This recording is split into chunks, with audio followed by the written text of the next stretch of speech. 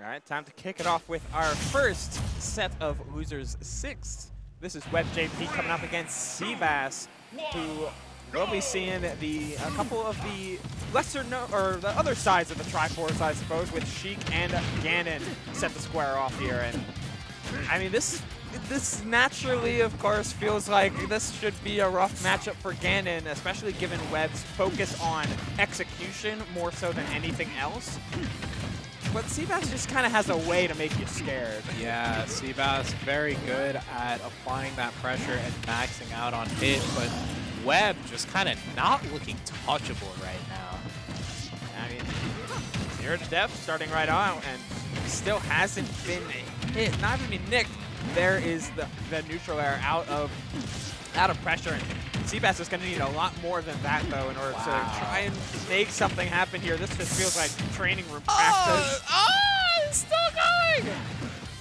Yeah, this training room is a great description. Oh my god, that back hit forward air. These have been hitting each other with some dirty-looking hitboxes, gotta say. Yeah, the center hits a back air to extend, like the falling final hit of up air. Yeah. I respect it, right? Like, you have to make some crazy reads to make it back into this game. Because Sheik, if you're able to edge guard consistently like that, you don't have to worry about taking stocks. Oh, yeah. Now a 2-stock lead. I mean, we've seen SeaBass get this done before, but this is probably going to be harder versus someone who's as willing to play right outside of your bubble and apply consistent pressure as Webb. But SeaBass does find that forward tilt, and things are looking a little bit easier already. Yeah, if SeaBass is going to stick with the Ganon as this game is... Oh, wait, well now hold on. Oh, another one. Wait, that was a ton of damage, but this game could end right there. Okay, good early up B and the hold down in order to try and get out of this danger. Generally, versus characters who have up Bs who hit the ledge for free, you have to be very careful about picking normal get up when you make it there barely before them. And we saw Webb do that, and it ended up resulting in a bad situation that accumulated into death. Uh-oh, no bouncing fish, but is able to poke with the back air, and this game suddenly got very scary. One of these down airs could spell demise as a great tech on the platform avoids the drag down. Good pressure here. SeaBass kind of taking his time, realizes that he can get away with murder here. This is not easy. This is a scary scenario. I can't believe that tilt didn't connect there. Wait, what? Yeah, I mean, both of them are at kill percent. That forward tilt would have taken it, and the low recovery gets beat out by the high one, and the hold down tries to get that down air, but the hold down up B makes it through. Oh man, this is looking scarier for Webb by the second. Has to make something work. Gets jabbed into the corner.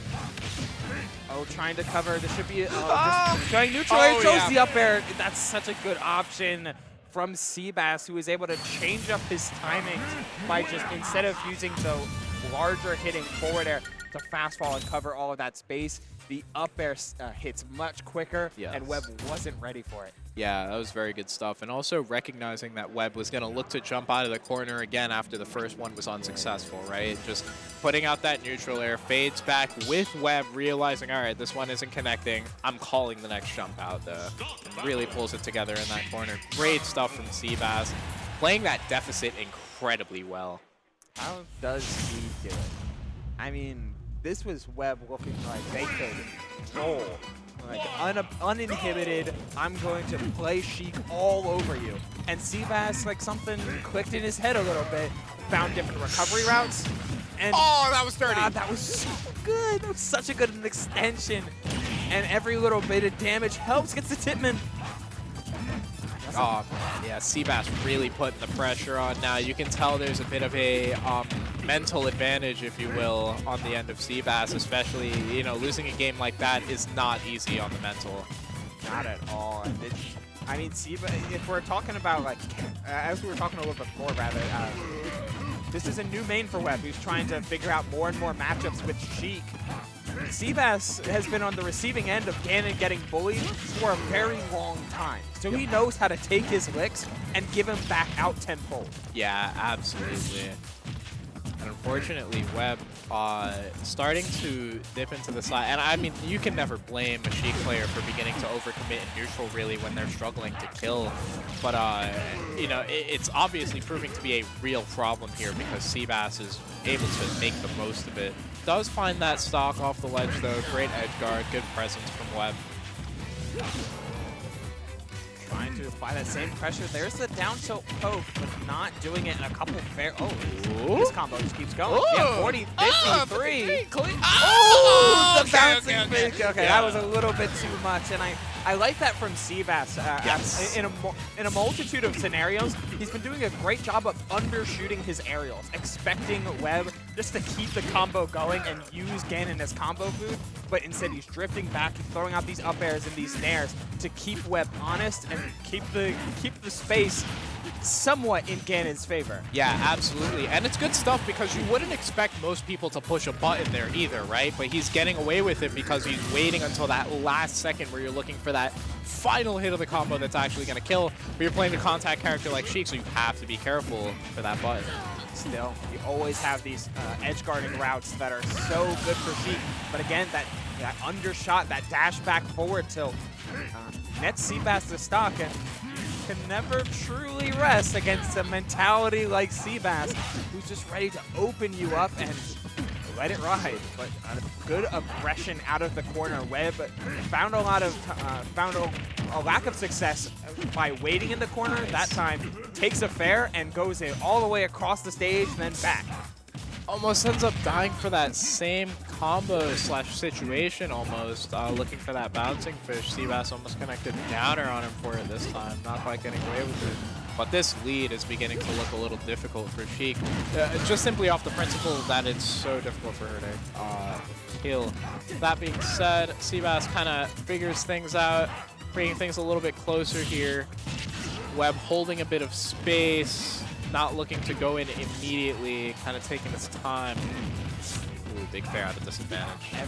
Every single hit just feels so devastating, but strong nair into the bouncing fish and punishing the air dodge accordingly. Yeah, that was extremely well played from Webb, not shying away from their deep edge guarding options, despite getting batted away by multiple nairs and up airs that close to the blast zone. They saw the air dodge and smelled blood in the water. Yeah, absolutely. And also incredible presence of mind to not look for soft nair bouncing fish there against a character as heavy as Ganon, because we saw SeaBass DIing in, so if Webb hadn't found the hard nair, that combo wasn't connecting. So very, very good stuff. An unfortunate truth of Ganondorf, like you just kind of have to DI in on everything. Yeah. You want to stay alive. Take this big punish or perish, and you have to take the punish because you can deal it out just as much if you find your openers. And SeaBass has been pretty high roller when it comes to finding openers and finding counter hits as well. Yeah, it's been a little bit rough out here for Webb, and it's funny because some of the openers are simply just button out of disadvantage, and it's demonstrating how hard and precise Sheik's combo game can be at times. We're going for a third up air instead, but yet again, SeaBass is able to scrap and kicks the hell out of that grenade. Yeah, I'm pretty surprised that the grenade didn't actually make contact with Ganon there. Amazing recovery by SeaBass, by the way, saving his jump after the strong hit in air. And usually you think I can just hit Ganon and it's over, but if you save your jump, then every character can become so much more devastating. Oh, that was so good as a reversal. Yeah, absolutely. Yeah, SeaBass showing great presence of mind, right? Because he died off map for jumping there once. Literally once this whole set, and has not done that jump again. Another neutral get up. This should be forward throw bouncing fish. Nice. Yeah, and not able to make it back. That's so unfortunate because that was the best chance that SeaBass had, but it just wasn't enough. That was a great delay from Webb on the back air there, realizing how SeaBass is adjusting. These two just playing really clean right now.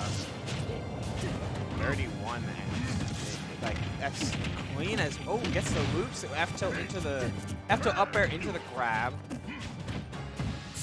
Doesn't get to continue in the route, ends up in the corner, finally finds center stage, but that cross-up dash attack is going to make things a little scary.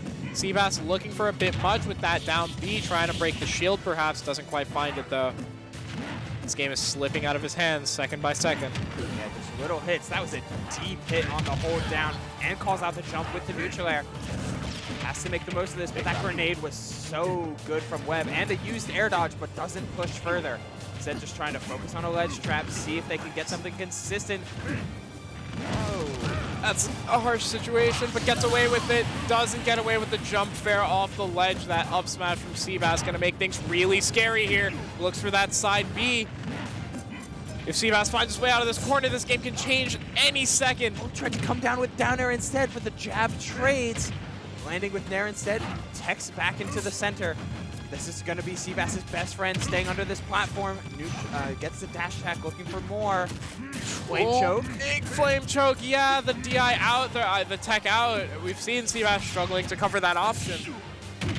Oh, another Nair Nice. And another air dodge. I mean, Webb letting that game slip by deciding to get a little bit fancy earlier on ledge with the B reverse needles into jump Nair instead of chasing SeaBass when you had a stock lead, but is able to recover. And Webb's acknowledgement of you have to air dodge and I'm already out here ready to hit you has been extremely good, and it's been a effective nail in the coffin for every one of these comeback attempts that SeaBass starts to mount. Yeah, absolutely. And it's an incredibly good skill. It's ultimate specific, right? Because that air dodge is something you've never been able to do in Smash. Like, using air dodge like that as a recovery option without going into free fall, or it not being just Smash 4/Brawl air dodge where you're not actually moving at all. So it's important to be able to analyze, like, okay, you're a character whose recovery is completely reliant on air dodging here to live, so I'm going to cover that for free.